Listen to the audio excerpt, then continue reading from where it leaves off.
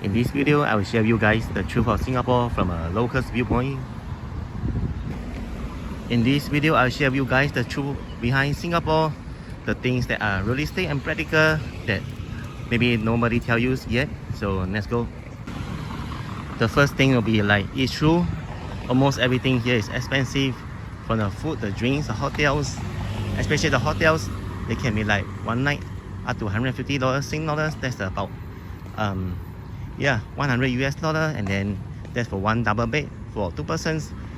It's really high compared to our neighboring countries like Thailand, Vietnam. Of course, those are like less developed countries, but then I'm just comparing the prices. Next will be the public transport system is good, but then sometimes, or I would say most of the times, it's not really fast and there are delays. Sometimes bear right on Bishan Street 22, then in 350 meters, make a sharp right turn on Bishan Road. Disruption or fault in the MRT line. Singapore is one of the safest countries in the whole world. You can walk around at night, midnight, 1 a.m., 2 a.m. and it's actually generally quite safe, even if you have a girl. But then please be the lookout for any bad people or suspicious people, because there may be trouble sometimes. What I mean by trouble, sometimes there can be like the guys getting drunk and then they try to be funny with the girls, or sometimes they try to rob you. But this is in a very low percentage, not say that there isn't any, but then just be careful. There are many accidents caused by cyclists and the PME drivers, the riders. Even though they are generally quite safe, just be careful, because there are people getting knocked over and then they pass away, they die. So it's like lots of Singaporeans, they do not agree with the law that PME riders should be allowed on the roads. Currently it's still being debated. Another question will be the cyclists. Some cyclists they think that they demand the right of way and they just cycle anyhow, even sometimes on the pedestrian path. They just honk from behind and expect the pedestrian to give way. Of course, pedestrian will give way, but then sometimes the cyclist may be aggressive and shout at the pedestrian, or even try to knock into the pedestrian. Then there's a problem. If you follow the system, what I mean by system, that means you graduate from a good university and you get a good job, and then you try to form a family in Singapore. Alright, that's a traditional system. There's nothing wrong with it, but then they choose not to. For some people, they just think that they would like something different, and there's a story behind it. Some Singaporean guys, they do not actually like to stay in Singapore, because I would say one of the reasons will be they just think that Singaporean girls are not for them. By the way, there's an MRT, subway, metro. I was saying about the Singaporean girls may not be the type of some Singaporean guys. Then they choose to find their girlfriends or the wife from overseas, which is nothing wrong. And why some Singaporean girls are not their types? Because firstly, they do not know how to dress up and they are quite unfeminine. I'm saying that some of them, or based on my experiences, will be more than 70%. They just wear shorts, long sleeve. Very seldom you see them wearing the skirts and stuff. The thing is that most of the Singapore women, they look actually quite unfeminine in my opinion, and a big size, like above 1.6 meters. And I think that's not my type of girl that I would like, because that's important when I choose a partner. And then most of the Singapore girls, they like to cut short hair. Many girls in Singapore like to cut short hair, and this become a habit. When they are old, they become the Hokkien auntie. That means they actually also cut short hair for the elderly ladies, and they speak Hokkien, but actually other races, they also cut short hair. So if you are a tourist coming Singapore for the first time and you see like big size girls, and do not be shocked, because this is part of the norm here. Of course, not every woman that you see on the street is from Singapore, some from Philippines, Indonesia, and the neighboring countries. The tall girl is walking this way. For Singaporean guys, there are basically two groups. One is before they do the army, the NS. Their second group is after NS. So if it's after NS, then their attitude is different from before they do NS. Basically because they've been tekan by their PCs and sergeants. So after their army, they'll tend to have some attitude problem. Like they'll become abing kind of style. What I mean by abing style is that they don't care about much of the things and they try to do things that is quick, but then it may affect others people in a negative way. The Singaporean guys may also speak loudly or even shout to get things done. And the other type is before they do NS, then more or less they are still quite okay. They listen to their parents and they are quite okay. But then once they do army finish, then it's a different story. I'll just talk briefly of the shopping malls in Singapore. It's clean, it's nice, there's toilet every level. But the thing is super expensive once again, and secondly, more or less, most of the malls, they look about the same concept. Restaurant, dining, shopping, I think in every country is the same, but in Singapore it's more like identical stuff in most of the malls, except when you go to the mega malls like Vivo City, then in the Orchard is another story.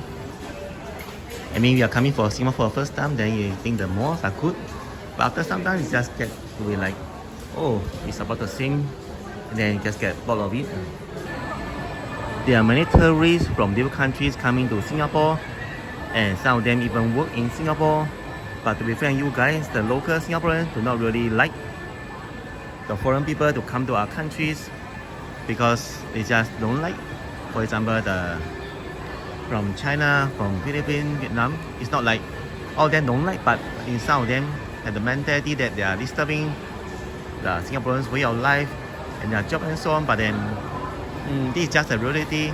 Some people like, some people don't like. There's debating, it's endless debating.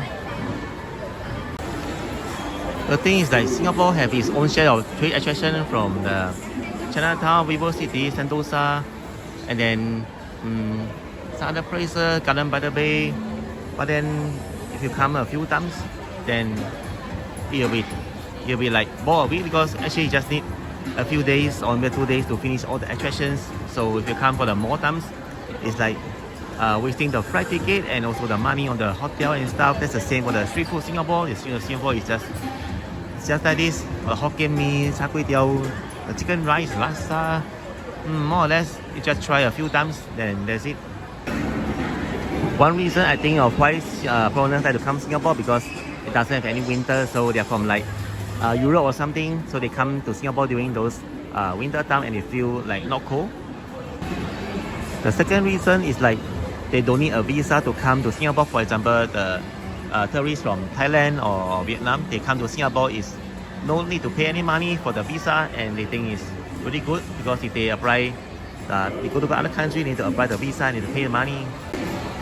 Give an example of how high the cost of living is. For example, you buy the banh mi bread of the Vietnam in Singapore, it costs you like $10.80 in Orchard, but if you go to Vietnam, of course, it just costs like $2 Singapore dollars, so there's a 5 times increase. Some elderly Singaporeans, they just they hope that Singapore don't have any foreigners, just like the 1990s when there are absolutely no foreigners or very little. Nowadays, you have the workers from Bangladesh, China, Thailand, Vietnam, and many other countries, Myanmar, Indonesia, Malaysia, all come to Singapore to work or do some other stuff. So you can see how the Singaporean girls dress up now. This is Junction 8, a neighborhood mall. We're going to the Orchard where they're supposed to be girls dressing up. We'll check it out later. So this is the MRT of Singapore.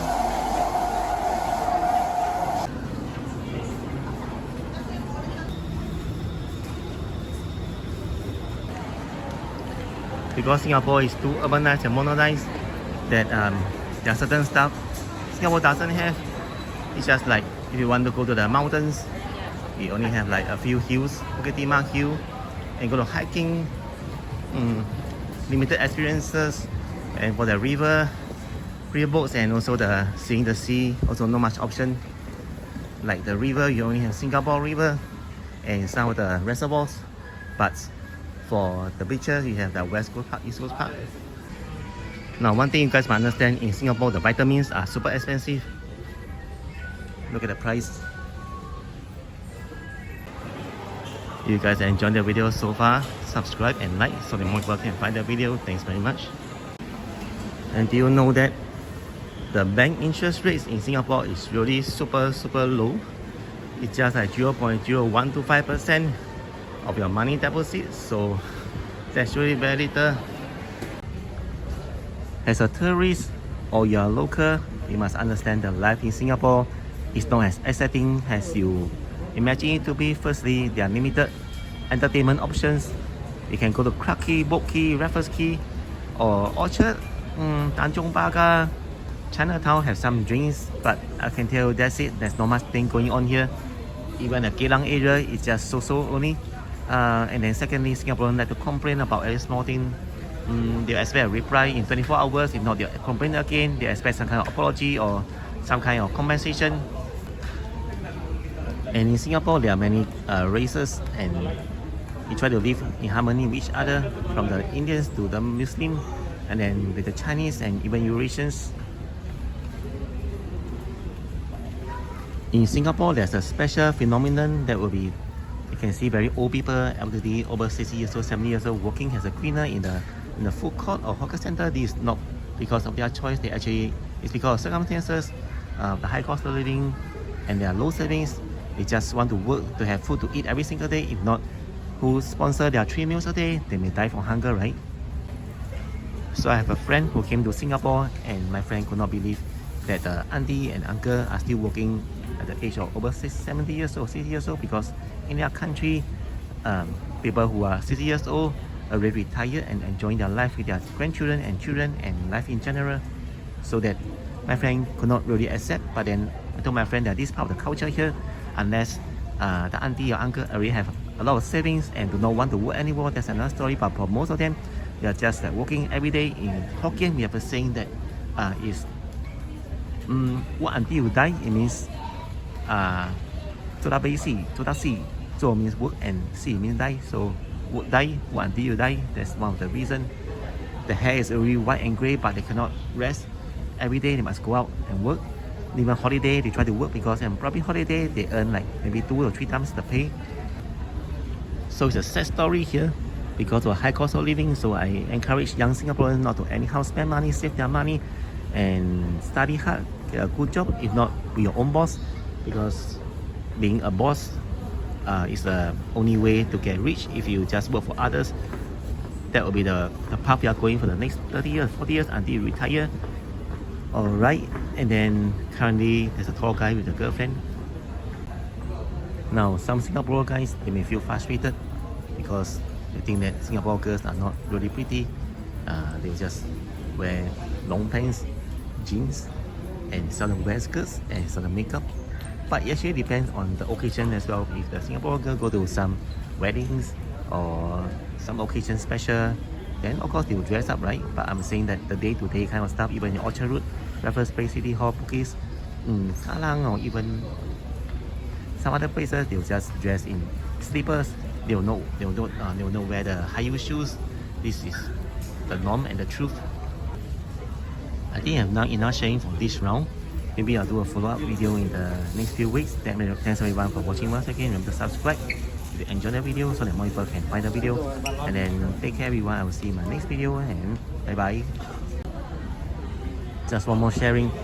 If you are a foreigner wanting to visit Singapore for first time, welcome. Second time, welcome. Third time.